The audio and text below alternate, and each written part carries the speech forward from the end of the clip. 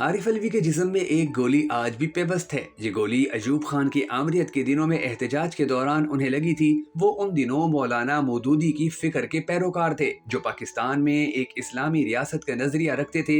ये सन 1969 की बात है कि जब आरिफ अलवी अयूब खान के मार्शल लॉ के खिलाफ माल रोड पर एहतजाज कर रहे थे। उन दिनों वो पंजाब यूनिवर्सिटी के डेंटल कॉलेज में जेर तालीम होने के साथ तलबा यूनियन के सदर भी थे। उन्हें जमहूरियत की बहाली की इस तहरीक में 2 गोलियां लगी, जिनमें से एक आज भी उनके जिस्म में मौजूद है। आरिफ अलवी ने तालिब इल्मी के जमाने में सियासत के बाद सन 1989 में पहली बार इलेक्शन में हिस्सा लिया।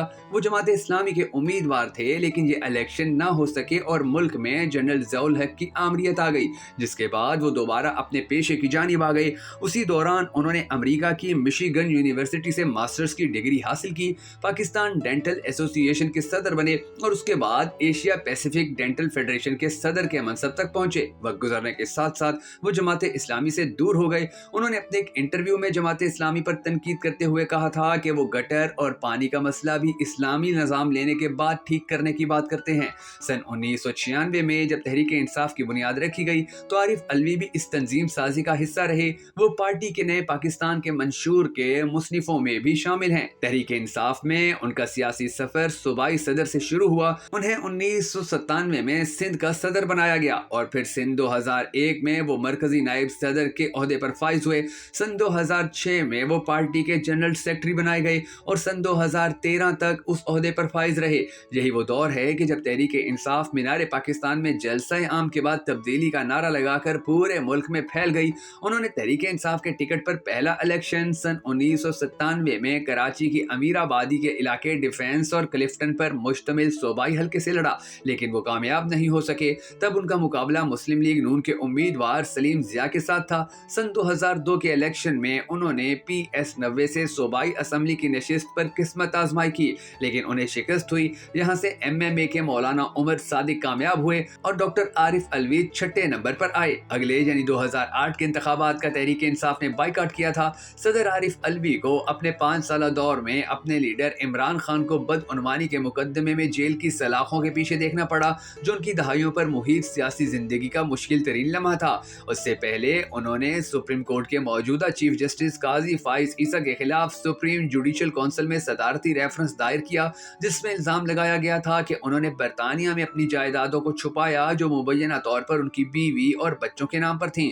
सुप्रीम कोर्ट ने बाद में उस रेफरेंस को खारिज कर दिया था। सीनियर सहाफी फारूक आदिल कहते हैं कि काजी फाइज ईसा रेफरेंस में अदालत का जो फैसला आया वो ये था कि सदर ममलिकत ने अपना दिमाग इस्तेमाल नहीं किया। उनके मुताबिक रेफरेंस दायर करने का एक पूरा आईनी तरीकाकार मौजूद है। रियासत पाकिस्तान के जितने भी महकमे और वजारतें हैं, उनका एक शोबा ईवान सदर में मौजूद है। इसी तरह वजारत कानून का भी एक शोबा वहाँ मौजूद है, जहाँ सुप्रीम कोर्ट या हाई कोर्ट के रिटायर्ड जज या वकील होते हैं, जो इस तरह के मामलात में सदर को आईनी मशवरा देते हैं। उनके मुताबिक पता ये चला कि पूरा तरीकाकार हुआ था, उसके बावजूद उन्होंने पार्टी वाबस्तगी को आइन और कानून पर अव्वलियत दी और अपने वजीर आजम की तरफ से भेजा हुआ रेफरेंस आगे बढ़ा दिया। कोई भी सदर अपनी पार्टी से कितना भी वफादार हो, इस सतह पर कोई नहीं करता कि आइन से बालातर होकर पार्टी से वाबस्तगी को तरजीह दे।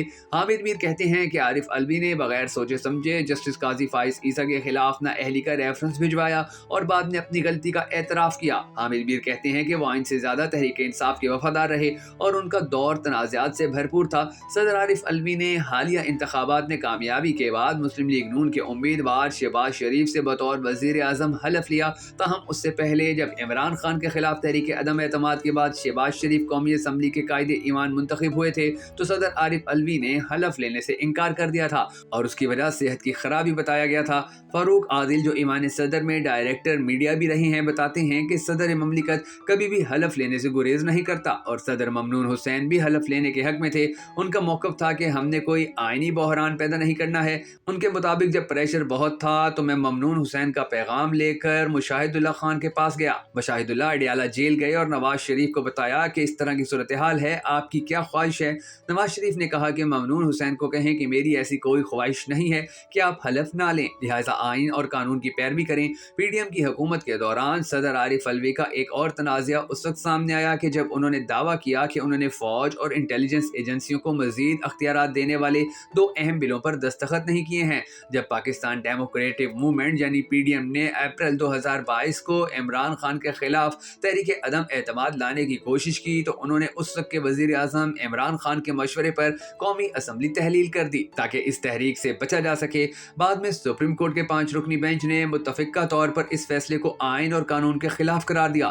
صحافی فاروق عادل کہتے ہیں کہ جب تحریک عدم اعتماد کا مرحلہ آیا تو صدر نے اپنا دماغ استعمال کیے بغیر اسمبلی تحلیل کر دی، جس سے ایک خلا پیدا ہو گیا، یعنی اسمبلی تحلیل ہوئی تو مطلب کہ حکومت بھی گئی۔ اگر حکومت گئی تو پھر سوال یہ آتا ہے کہ اس کی جانشین حکومت کہاں ہے؟ ان کے مطابق آئین پاکستان کے مطابق ایک عبوری حکومت بنتی ہے، وہ نگران کہاں تھی؟ اس صورتحال کے ذمہ دار عارف الوی تھے۔ سینئر صحافی حامد میر کہتے ہیں کہ وہ مشکل وقت میں تحریک انصاف کو ریلیف نہیں دلا سکے کیونکہ ان کے پاس کوئی آئینی اختیار نہیں تھا، تاہم انہوں نے تحریک انصاف کے دور حکومت میں کچھ سزا یافتہ دہشت گردوں کی سزائیں معاف کی جو ناقابل معافی تھے۔ وہ آخر تک عمران خان کے ساتھ وفادار رہے مگر حد سے آگے نہیں گئے، جس کے باعث خان صاحب ان سے ناراض رہے۔ سینئر تجزیہ نگار مظہر عباس کی رائے میں عارف الوی نے اپنے قائد عمران خان کو بچانے کی کوشش کی بلکہ اپنی آئینی حدود سے زیادہ کوشش کی۔ وہ ان سے زیادہ توقع کر رہے تھے۔ انہوں نے 2 کشتیوں میں سوار ہونے کی کوشش کی اور اسٹیبلشمنٹ کے ساتھ سمجھوتہ کرانے کی بھی کوشش کی۔ National university of modern languages nimble میں بین الاقوامی تعلقات کے استاد طاہر نعیم ملک کہتے ہیں کہ صدر عارف الوی نے جنرل باجوہ اور عمران خان کو ایک میز پر بٹھایا لیکن وہ اس کوشش میں کامیاب نہ ہو سکے۔ ان کے مطابق اس سے ہٹ کر وہ عمران خان کو قائل نہ کر سکے کہ پارلیمانی سیاست میں رہ کر وہ اپنا کردار ادا کر سکیں۔ اس کی شاید وجہ یہ تھی کہ وہ صدر تو تھے لیکن پارٹی میں ان کی پوزیشن عمران خان کے مقابلے میں کمزور ہے۔ آپ کے نزدیک صدر عارف الوی پاکستان کے ہیرو تھے یا ویلن؟ کمنٹ سیکشن میں اپنی قیمتی رائے کا اظہار ضرور کیجیے گا، اور اگر آپ کو ہماری یہ ویڈیو پسند آئی ہو تو بھکن نیٹ ورک ویڈیوز کی اس ویڈیو کو لائک اور شیئر ضرور کر دیجیے گا۔